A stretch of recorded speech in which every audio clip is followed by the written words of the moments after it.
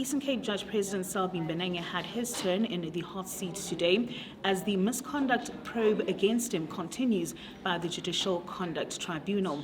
Now, it's the second week that the tribunal is sitting, and the Judge President has been fielding a series of questions from his legal counsel, Advocate Moses Kakane.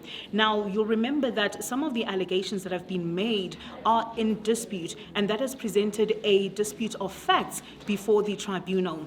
What we know from High Court Secretary Andiswa Mengo is her allegations that the Judge President attempted to expose himself to her in his chambers on the 14th or 15th of November 2022. Now, last week, we heard from the Judge President's former secretary, Zinhle, who said, in fact, on the 14th of November 2022, the Judge President had to go to the bank and also delivered a lecture on that afternoon. Now, the 15th of November 2022 is also in dispute, and that is why the Judge President today presented a tracker report of his vehicle on that day.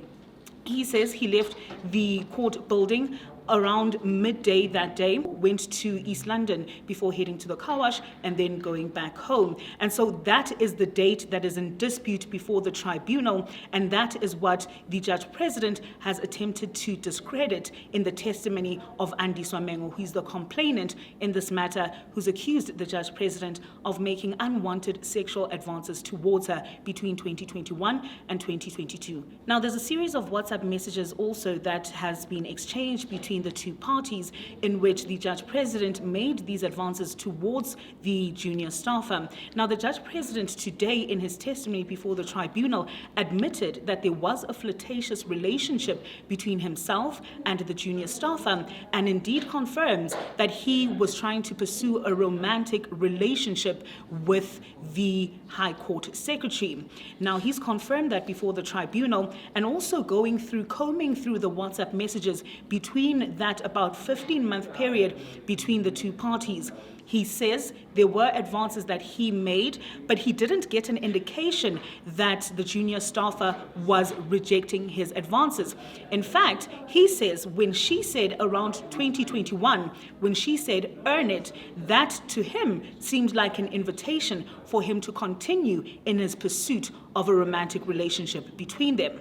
What we've also seen unfold is the criticism that the Judge President has directed towards evidence leader Advocate Salome Skiapas for the way in which she conducted the investigation. He alleges that she took a stance in the matter and failed to consider the evidence that was presented and the names that were given to the evidence leader by his legal team of the people that were to be subpoenaed or should have been subpoenaed before the tribunal to come and give evidence.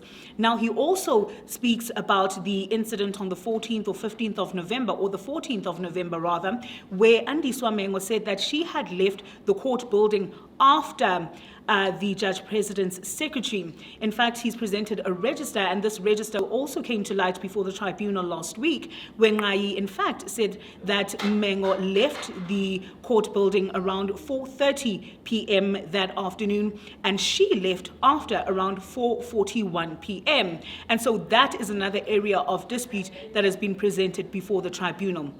But another aspect that has come forth or been that has played out is that of culture.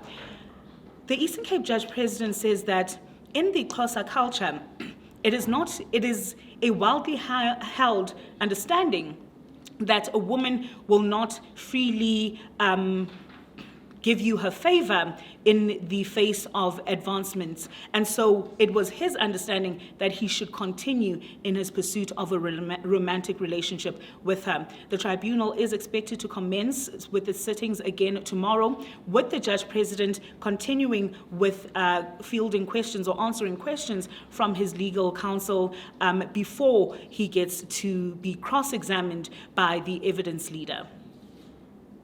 Zole Gakodashe, Eyewitness News, Sandton in Johannesburg.